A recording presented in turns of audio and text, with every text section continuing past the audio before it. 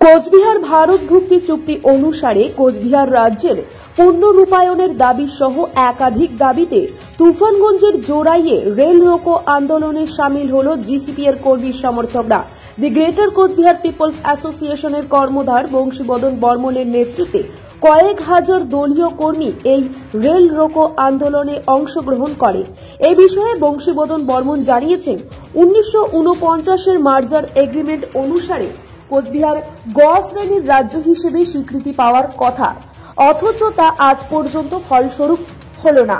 কোচবিহার মৌলিক অধিকার সুরক্ষিত করা, রাজবংশী ভাষাকে দেশের 8ম তপশিলিতে অন্তর্ভুক্ত করা সহ একাধিক দাবিতে আজ আমরা রেল রোকো প্রতিবাদে সামিল হয়েছি। উল্লেখ্য, এর আগে 2016 সালে 20 সেপ্টেম্বর নিউ কোচবিহার রেল স্টেশনে এভাবেই রেল রোকো আন্দোলনে সামিল হয়েছিল জিসিপিএ।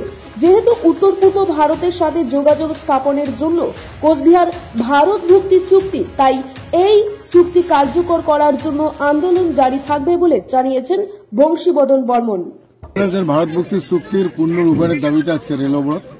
চুক্তি মোতাবেক কুচবিহার গ শ্রেণীর রাজ্য, সেই গ শ্রেণীর রাজ্য দ্রুত করা হবে।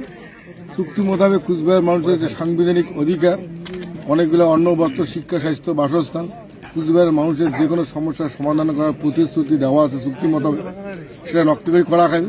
আর আমার রাজবংশী ভাষা নষ্ট করিয়া ভারতবর্ষের সংবিধানের 8ম তফসিল অন্তর্ভুক্ত করা হবে। একসময় তো কুচবিহার রেল অবরোধ করেছিলেন কয়েক বছর আগত, পরবর্তীতে জোরাই কেন বেছে নিলেন রেল স্টেশন? এর আগত কোনো করা করছি মনে আছে, কুচবিহার নিউ কুচবিহার করছি। এর আগত 2016 সালে 20 সেপ্টেম্বর সেদিন ওটা রেল অবরোধ করছি। রেল ডিপার্টমেন্ট, ভারত সরকার আর এক মাস ঘুরিয়ে দিয়েছে ঘাটা জোড়াই দিয়ে উত্তর ভারত যোগাযোগ রাখছে। এবং উত্তর পূর্ব ভারতে যোগাযোগ করার জন্য সেই চুক্তি করিয়ে কুচবিহার রাজ্য ভারতের ঢুকাইছি।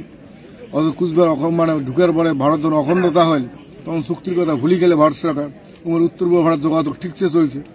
এবার আমার চুক্তি যেহেতু কার্যকরী পরিবদ্ধ হয় নাই, আমরাও উত্তর ভারতের যোগাযোগ বিচ্ছিন্ন করার জন্য জোড়াই স্টেশনটা বেছে নিচ্ছি। কতক্ষণ চলবে অবরোধ? যতক্ষণ ভারত সরকার কোনো পজিটিভ করেনি কিছু ততক্ষণ চলবে।